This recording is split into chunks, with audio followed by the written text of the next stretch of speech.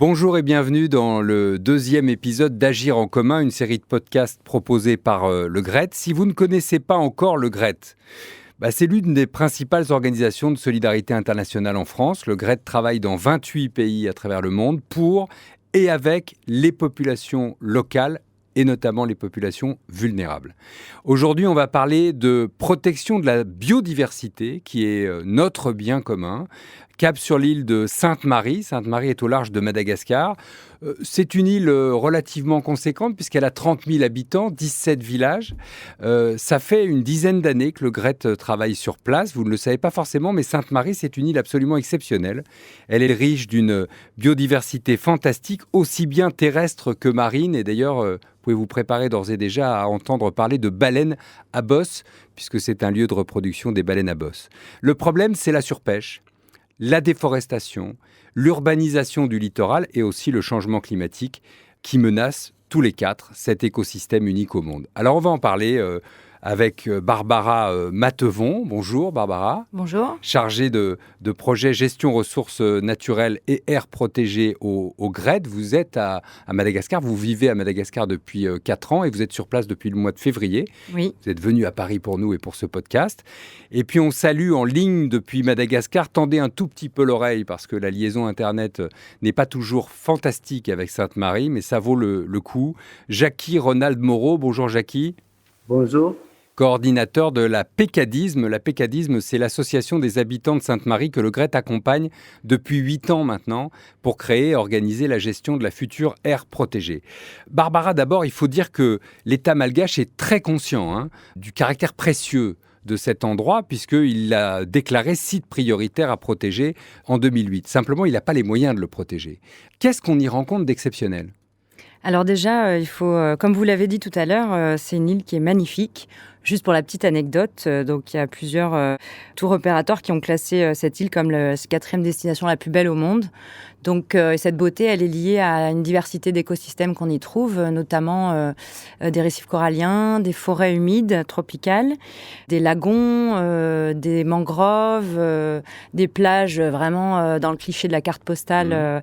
Donc le site a une attractivité incroyable sur le côté paysager, mais abrite aussi une biodiversité. Tous ces écosystèmes sont précieux et abritent eux-mêmes une grande diversité d'espèces. Et notamment, ça c'est quelque chose qui est assez commun à Madagascar, on dira, qui s'est séparé du continent africain il y a très longtemps et donc qui a développé des espèces vraiment, dont on parle d'endémisme, c'est-à-dire d'espèces qu'on va trouver que à Madagascar. Local.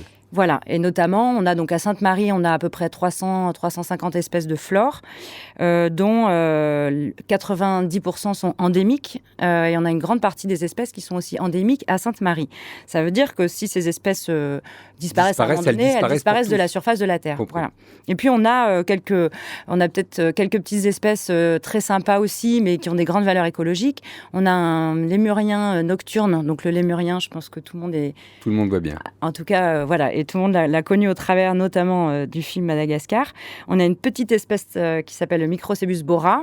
Bora, c'est le nom en malgache de Sainte-Marie, qui s'appelle Nocibora, et qui donc est endémique à ces forêts. Et puis on a aussi des mini-grenouilles, donc de la famille des microlidés, et qui sont donc une qui fait à peu près 5 mm de long. Donc c'est assez exceptionnel en termes de patrimoine naturel. Il y a des gros enjeux de conservation en lien avec ce patrimoine. Et c'est un lieu de reproduction des baleines à bosse, il faut quand même le dire. Absolument, oui. Je crois qu'il y a quelques jours, quelques semaines, vous faisiez du kayak entouré d'une baleine à bosse et de son petit, c'est ça ? Voilà, c'est ça. Donc c'est un site assez connu et visible sur ce sujet-là. Et ce qui est intéressant au sujet des baleines à bosse, donc elles migrent d'Antarctique où elles se nourrissent en hiver et elles se rapprochent à l'hiver austral de Madagascar pour se reproduire et mettre bas. Les femelles mettre bas. Et ce qu'il y a d'intéressant aussi, c'est qu'elles ont une valeur culturelle très forte pour les Saint-Mariens, donc les habitants de Sainte-Marie, qui l'appellent Zanarbé, ce qui veut dire le grand don de Dieu. Et donc, elle a une valeur toute spéciale, elle est sacrée comme d'autres espèces. Et on aura peut-être l'occasion de revenir sur cette valeur culturelle attribuée à la nature sur le territoire de Sainte-Marie. Et ce milieu naturel exceptionnel est menacé.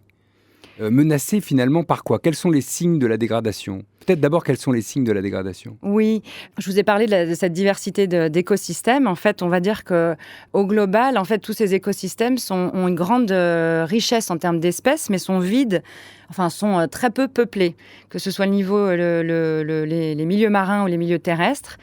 On a vraiment des milieux très pauvres. La biomasse, c'est-à-dire le nombre d'individus, est très pauvre. Et c'est vraiment des signes manifestes de surpêche ou de surexploitation, à la fois au niveau de la forêt ou au niveau du milieu marin. Il y a, alors j'oriente peut-être tout de suite sur les enjeux par rapport à la population des espèces à intérêt. On a, au niveau du milieu marin, on a 9 sur 10 espèces commerciales qui sont en déclin très très fort. On a des espèces qui ont disparu totalement, qui étaient commerciales, des espèces de poissons. Et la forêt a reculé de 25% en 25 ans, ce qui n'est pas, je dirais que c'est évidemment un chiffre qui paraît alarmant, mais qui, au regard de Madagascar et du taux de déforestation, qui est un taux gigantesque de déforestation, qui est plutôt une régression qui est plutôt moins dramatique qu'ailleurs. Mais quand bien même... Mais quand même, 25% de la forêt qui a disparu. Voilà, sachant qu'on a ces espèces qu'on ne trouve que dans ces forêts. Et puis on a dans les menaces, en fait, les causes de dégradation de ces écosystèmes. La surpêche est en première ligne sur les milieux marins. On a le problème du changement climatique qui affecte très fortement les récifs coralliens. Il y a une étude récente de l'Union internationale de conservation de la nature qui, vous savez, produit des outils qui permettent de mesurer un peu les menaces, notamment les listes rouges, et qui le fait aujourd'hui sur les écosystèmes, qui vient de montrer que les écosystèmes du sud-ouest de l'océan Indien, dont font partie les récifs coralliens de Sainte-Marie, sont menacés d'extinction immédiate, en lien avec les pressions du changement climatique, donc qui se traduisent par des blanchissements de coraux et de la mortalité des coraux. Jackie Moreau, encore une fois en direct de Madagascar, quelles sont les conséquences pour les populations locales finalement de cette dégradation de l'environnement? Ah oui, merci. Tout d'abord, il faut savoir que Sainte-Marie actuellement, ils sont 30 000 habitants. Et dans ces 30 000 habitants qui habitent dans une 220 km², et à tout ce qui est habitants qui est à Sainte-Marie actuellement, ils ont 90% qui sont dépendants de la ressource naturelle. 90% dépendants de la ressource naturelle. Ah oui. Et parce que nous sommes dans une île, il y a de la pêche qui est, comme Barbara dit tout à l'heure, c'est en déclin. Et il y a aussi les conséquences par rapport à l'agriculture, parce qu'il y a beaucoup de populations ici, Sainte-Marie, c'est agriculteur. Par rapport à cette déforestation, il y a les ressources de l'eau potable diminuent. Et aussi, les calendriers agricoles, actuellement, ça commence à décaler. Oui, ça, c'est les conséquences directes du changement climatique, c'est ça? Ah oui. Et aussi, pour les pêches, pour les pêcheurs, il y a déjà des conflits entre les pêcheurs, parce que il n'y a pas beaucoup de ressources et les gens concourent vers la surexploitation.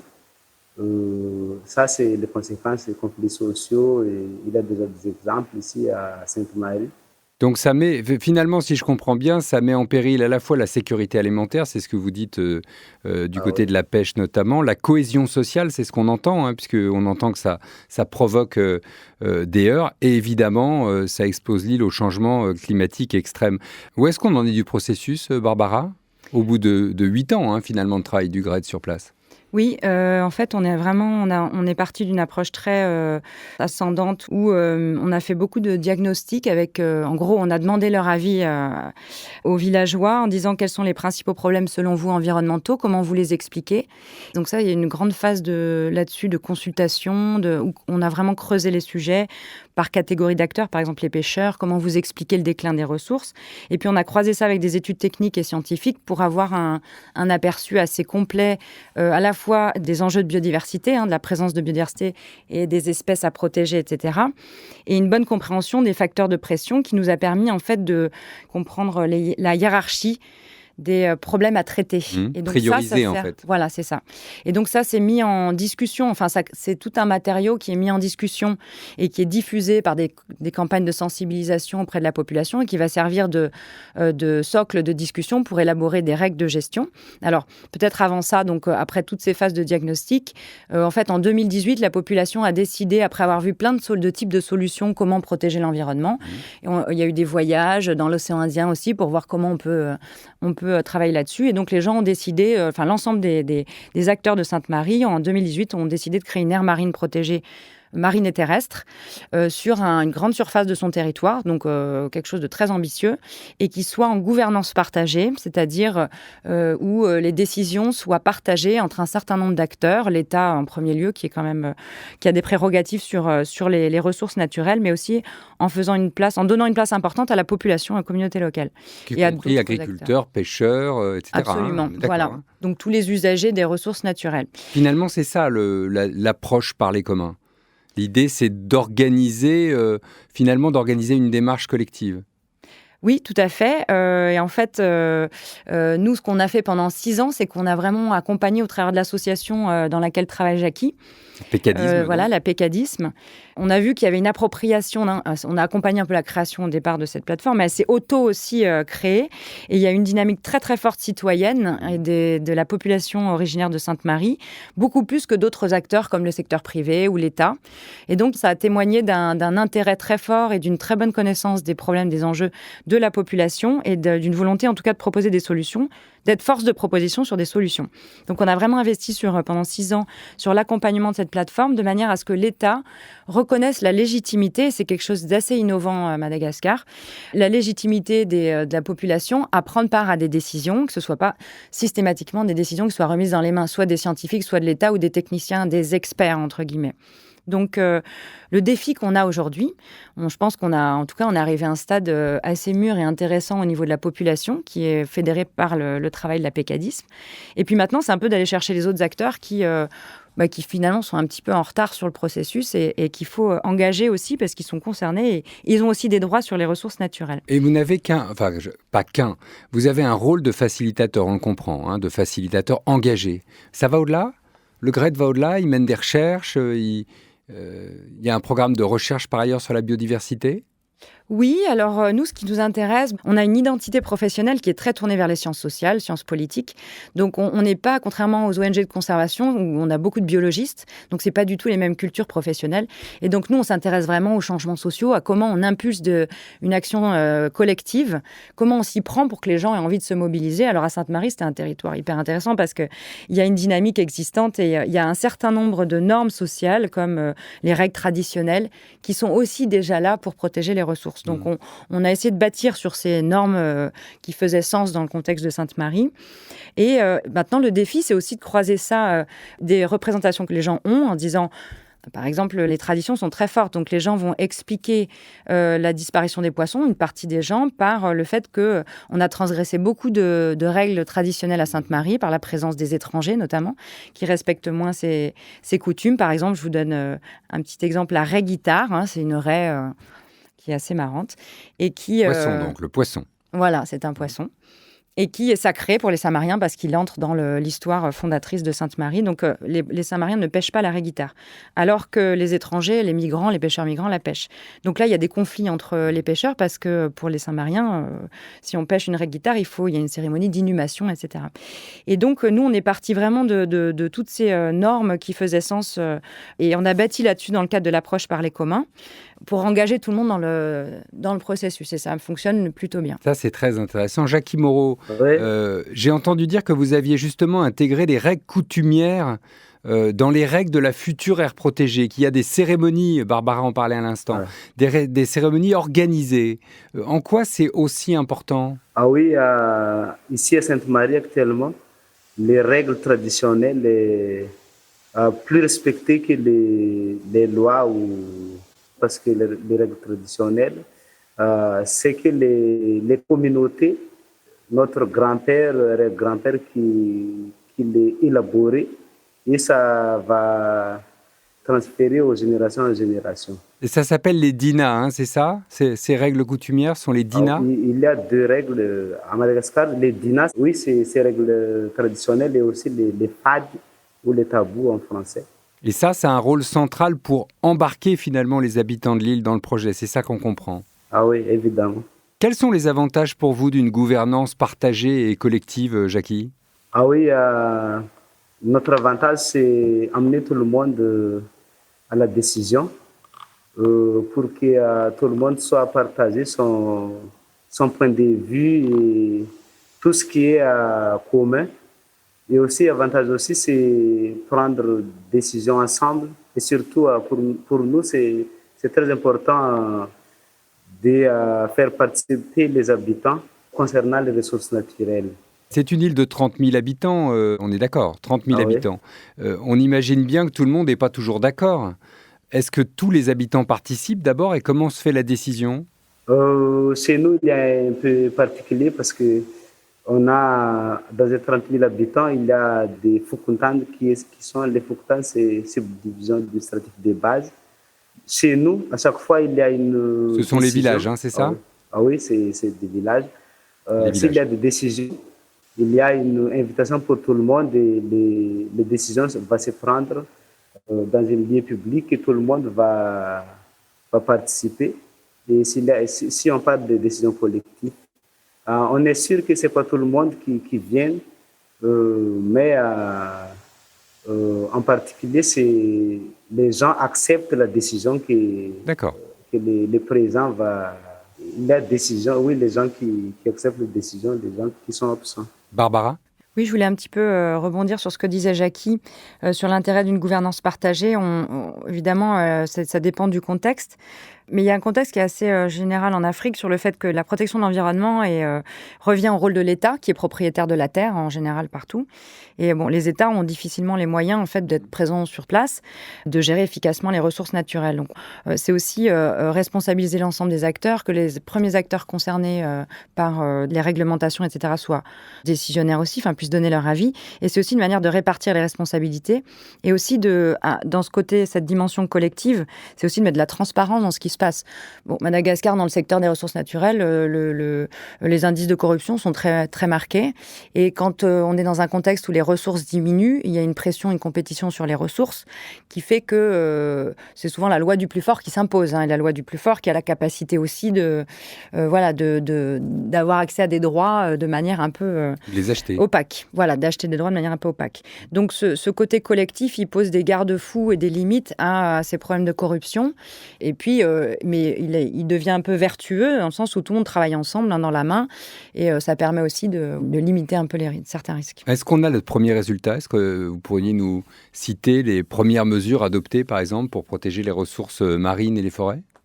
Oui, alors on est en train de créer l'aire protégée. On vient de terminer des ateliers pour élaborer les règles de gestion. Donc ça s'est fait dans tous les villages. Donc d'ici 6 mois, on pense que l'aire protégée le dépôt auprès de l'État sera fait officiel pour la création effective de cette aire protégée. En attendant, on a expérimenté plein de choses.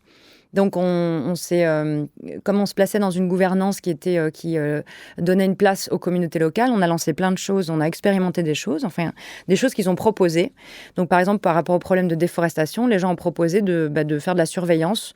Et donc, il y a une 50aine de personnes autour d'une forêt qui se sont mobilisées. Des patrouilles? Voilà, des patrouilles communautaires et qui, à un moment donné, travaillent aussi avec l'État quand ça relève des prérogatives de l'État. Mais pour lutter contre quoi? Contre la déforestation, la coupe de bois, les défrichements illégaux, etc. Faire de la sensibilisation, recenser un peu les traces de délits, etc. Et discuter aussi avec, entre guillemets, les délinquants. Donc, il y a ça qui a été fait. On a aussi travaillé sur... parce qu'il y a beaucoup de forêts, avec les défrichements dont on a parlé, beaucoup de forêts qui sont très isolées, fragmentées, il y a des trous un peu partout. Donc on a mis en place des pépinières villageoises, former les gens sur la gestion de ces pépinières, et sur des espèces qui sont forestières et qui peuvent être menacées, sur lesquelles il y a une vraie urgence de les multiplier. Il y a de plants en pépinière, par exemple, aujourd'hui? Là, on a planté, en tout cas depuis le début du projet, on a planté à peu près 26 000 arbres. Donc on a des très bons taux de réussite, parce qu'il y a un suivi, il faut faire du suivi. C'est un peu souvent les écueils du reboisement, c'est qu'on ne suit pas et que du coup, il y a quand même besoin d'entretien. Donc, on a des taux de 80% de réussite. Et donc, ça, c'est devenu une source de revenus pour les villageois aussi, qui s'engagent et qui, quelque part, ont des contreparties sur leur engagement, ou des programmes d'achat d'arbres, etc., permettent d'autonomiser, parce qu'il y a vraiment la question de comment on va financer cette aire marine protégée et les coûts de gestion. Et Donc, sur l'aire marine, justement, il y a une surveillance en place? Il y a des mécanismes mis en place? Pas encore, donc on y réfléchit de très près. Les gens ont voulu prioriser sur les forêts parce que la pression était plus forte. C'est vrai qu'il y a des sujets sur lesquels les gens ne pourront pas apporter des réponses comme le changement climatique, parce qu'à leur échelle, ils ne peuvent pas faire grand-chose. Mais par contre, plus on protège des récifs coralliens, plus ils sont résilients, plus résistants aux effets du changement climatique. Mais effectivement, c'est prévu dans les règles de gestion qu'on puisse surveiller aussi. Et ça, ce serait la discussion porte sur le fait aussi de mobiliser des gens qui sont en mer, l'État n'ayant pas trop les capacités de faire de la surveillance en mer. Donc, par exemple, le secteur privé qui fait de la pêche sportive, en tout cas de mobiliser tous les gens qui sont en mer pour faire un système de surveillance et de veille sur les délits et donc de contrôle. Oui, par c'est tous. déjà bien lancé quand même, hein. Jackie, vous voyez des premiers résultats positifs de votre côté? Ah oui, nous avons déjà, avec les DINAB, les DIN, c'est une règle coutumière qui est reconnue par le règlement en vigueur pour la loi à Madagascar depuis 2021. C'est une règle pour les communautés et c'est la communauté qui élabore. Ça est déjà reconnu, homologué au niveau du tribunal cette année. Et nous avons déjà dans le mécanisme de la préparation, de sensibilisation et application de ces DIN actuellement ici à Sainte-Marie. Et aussi à nos résultats aussi, il y a déjà des changements de comportement et nous savons bien que tout le monde est dans les bateaux actuellement. C'est toutes les communautés vulnérables. Ils sont impatients d'attendre cette aire protégée. Vous avez l'impression qu'aujourd'hui, à Sainte-Marie, tout le monde se soucie de l'environnement? Tout le monde se soucie de protéger la biodiversité, que ce n'était pas forcément le cas avant? Ah oui. Barbara? Je voulais juste compléter un point par rapport à l'intervention de Jackie sur le dinabé. C'était plus expliquer que ces coutumes saint-mariennes qu'on va retrouver aussi, il y a des coutumes partout à Madagascar, ces règles traditionnelles, elles sont orales et elles n'ont pas de force légale puisqu'elles c'est de la coutume. Et donc ce processus d'homologation au tribunal, donc la loi peut reconnaître le côté, le faire entrer dans le droit positif des règles coutumières, va permettre de faire en sorte que ces règles soient plus équitables et respectées par tous. Et dans le contexte saint-marien, c'est particulièrement important parce que beaucoup de règles contribuent à la gestion durable, mais elles ne sont pas respectées par des étrangers à la communauté. Donc l'idée, c'est de leur donner une force de loi, et qui s'applique à tous et qui ne soit pas suivie que par les Saint-Mariens, ce qui crée un peu des injustices dans l'accès à certaines ressources. On a vu à court terme le mouvement qui était lancé. Sur le moyen et le long terme, qu'est-ce qu'on peut espérer, Barbara ? Pour moi, il y a un défi qui est d'engager un peu plus de monde dans le processus et notamment, en fait, cette dynamique communautaire, elle est très forte. Pour nous, cette aire protégée est un commun en devenir avec donc une instance de gouvernance qui doit rassembler un peu aussi toutes les parties prenantes. Et donc, il y a un enjeu à intégrer d'autres acteurs qui sont pas forcément présents et notamment un enjeu important de collaboration d'une confiance, en tout cas, à construire entre l'État et la population. Le contexte malgache, il y a beaucoup de défiance vis-à-vis de l'État parce qu'il y a aussi des problèmes de gouvernance importantes et on ne s'intéresse pas beaucoup aux paysans ou aux pêcheurs. Donc, il y a une confiance à restaurer dans cette collaboration. Et l'aire protégée peut être une opportunité de travailler ensemble, de commencer à expérimenter des choses et de voir comment ça se passe. Vous êtes optimiste, Jackie ? Ah oui, je suis optimiste parce que si on compare ce qui est auparavant, en 2015, l'arrivée du GRET, et on voit actuellement il y a beaucoup de changements. Et aussi, il y a beaucoup de points positifs. Si on ne parle que l'engagement de la communauté, le contre-pouvoir citoyen actuellement, la reconnaissance de l'État par rapport au processus et aussi à notre association. Et c'est pour cela que je suis optimiste. Merci beaucoup d'avoir été avec nous en ligne de Madagascar. Jackie Ronald Moreau, coordinateur de la Pécadisme, l'association des habitants de Sainte-Marie que le GRET accompagne donc depuis 8 ans et sur lequel, évidemment, Barbara, vous êtes très mobilisée. Barbara Mathevon, qui était avec nous également, chargée de projet, gestion de ressources naturelles et aires protégées au GRET. Voilà comment on avance sur la protection de la biodiversité. C'est très réel, c'est très concret, ça marche. Et encore une fois, tout le monde y met beaucoup de passion, beaucoup de dialogue aussi. Bon, c'est pas facile tous les jours, j'imagine, mais enfin, on avance. C'est encore une belle illustration de la manière dont on peut agir en commun pour changer les choses et construire un avenir durable. Le moment est venu de vous dire que vous pouvez soutenir, évidemment, vous aussi, ces initiatives en contactant le GRET. Je vous rappelle le site internet gret.org, G-R-E-T, gret.org. Vous y trouverez notamment la liste des 15 projets en commun qu'on a évoqués, qui sont soutenus à travers le monde, mais aussi les contacts des experts comme Barbara qui répondront également à vos questions. Je vous dis à bientôt, merci de votre écoute, à bientôt pour un nouveau numéro d'Agir en commun.